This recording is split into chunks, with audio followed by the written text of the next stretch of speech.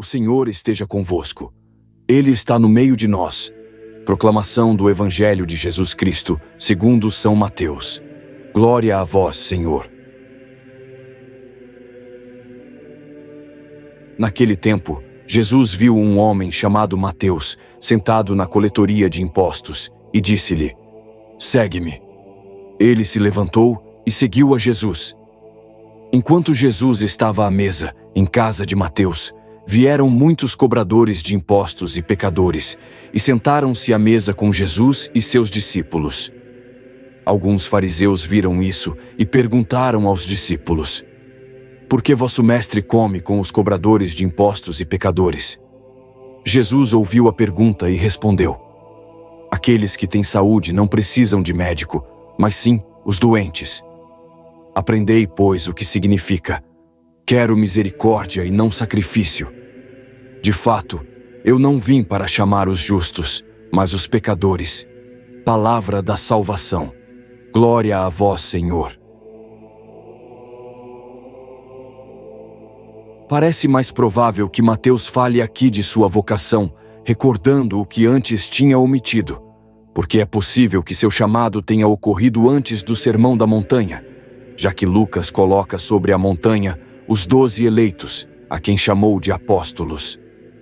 Mateus considera como um dos milagres a sua própria vocação, pois de fato foi um grande milagre que um publicano tenha sido feito apóstolo.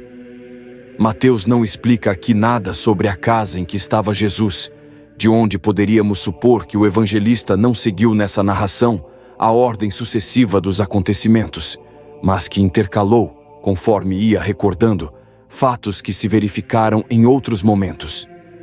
Isto se Marcos e Lucas, que se referem a esse mesmo acontecimento, não tivessem dito manifestamente que Jesus estava na casa de Levi, ou seja, Mateus. Lucas narra com termos um pouco diferentes esse mesmo acontecimento. Segundo ele, os fariseus disseram para os discípulos: "Por que comeis e bebeis vós com os publicanos e com os pecadores?" Dando assim a entender que a falta era igualmente extensiva ao mestre e aos discípulos. Porque o que é dito dos discípulos, com maior razão deve-se dizer do mestre, já que aqueles, seguindo-o, não faziam mais que imitar sua conduta. O pensamento, portanto, é o mesmo, e isso é tanto mais certo quanto tem, no fundo, o mesmo sentido, ainda que expresso em termos diferentes. Lucas acrescenta a penitência, o que significa desenvolvendo seu bem pecadores. Além disso, a comparação com os doentes dá-nos a inteligência clara do que Deus quer, chamando os pecadores como um médico chama os enfermeiros, isto é, para salvá-los da iniquidade como de uma doença, o que se conseguimos através da penitência,